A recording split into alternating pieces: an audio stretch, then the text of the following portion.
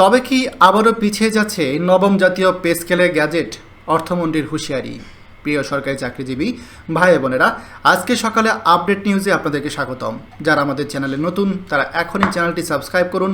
আর হ্যাঁ, অবশ্যই কমেন্ট করে জানাবেন আপনারা কে কোন জেলা থেকে আমাদের ভিডিওটি দেখছেন। তবে চলুন কথা না বাড়িয়ে আজকে সর্বশেষ সংবাদটি জেনে নিন। নবম জাতীয় পে স্কেলে গ্যাজেট প্রকাশের বিষয়টি নিয়ে সরকারি অঙ্গনে আবারও নতুন করে চরম অনিশ্চয়তা এবং হতাশা দেখা দিয়েছে। সরকারি কর্মকর্তা ও কর্মচারীদের দীর্ঘ প্রতীক্ষার এই পে স্কেলে গ্যাজেট প্রকাশ আরও বেশ কিছুদিন পিছিয়ে যাওয়ার অত্যন্ত স্পষ্ট ইঙ্গিত পাওয়া যাচ্ছে বিভিন্ন মহল থেকে। মূলত মাননীয় অর্থমন্ত্রীর সাম্প্রতিক মন্তব্য এবং আন্তর্জাতিক মুদ্রা তহবিল বা আইএমএফের একটি বিশেষ প্রশিক্ষণ এবং প্রতিবেদন গভীরভাবে বিশ্লেষণ করলে এই সম্ভাব্য বিলম্বের পেছনে আসল কারণগুলো সবার কাছে পরিষ্কার হয়ে ওঠে। লাখো সরকারি চাকরিজীবী যখন সেপ্টেম্বরের দিকে তাকিয়েছিল, ঠিক তখনই এমন খবর তাদের জন্য বেশ হতাশাজনক। খবরটি কন্টিনিউ করার সময় দয়া করে আপনারা এখনই চ্যানেলটিকে সাবস্ক্রাইব করুন পে স্কেলের সর্বশেষ আপডেট পাওয়ার জন্য।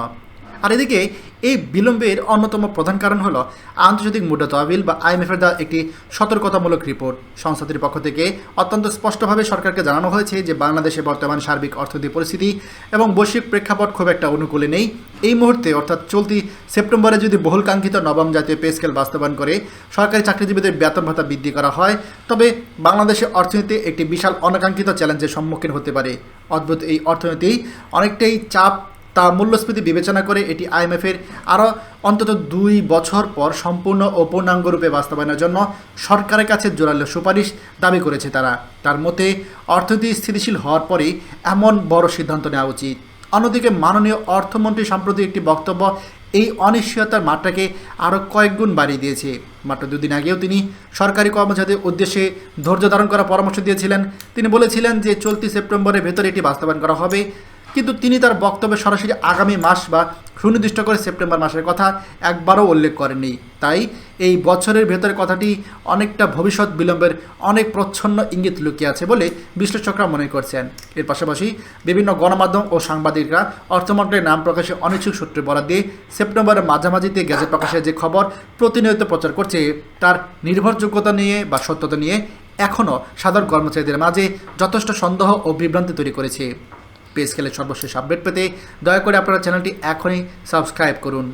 যদি সত্যি নবম জাতীয় পে স্কেলে গ্যাজেট প্রকাশে আরও বিলম্ব হয়, তবে এর আওতাভুক্ত লাখো সরকারি কর্মকর্তা ও কর্মচারীর তীব্র অসন্তোষ ও প্রকাশ করতে পারে বলে আশঙ্কা করা হচ্ছে।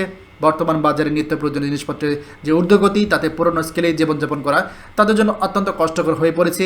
তার ইতিমধ্যে সরকারকে কঠোর হুঁশিয়ারি দিয়েছে, গ্যাজেট প্রকাশে আর কোনো তালবাহানা বা কালফাকন করা হলে তারা বাধ্য হয়ে সারা দেশে কঠোর আন্দোলনের ডাক দেবে।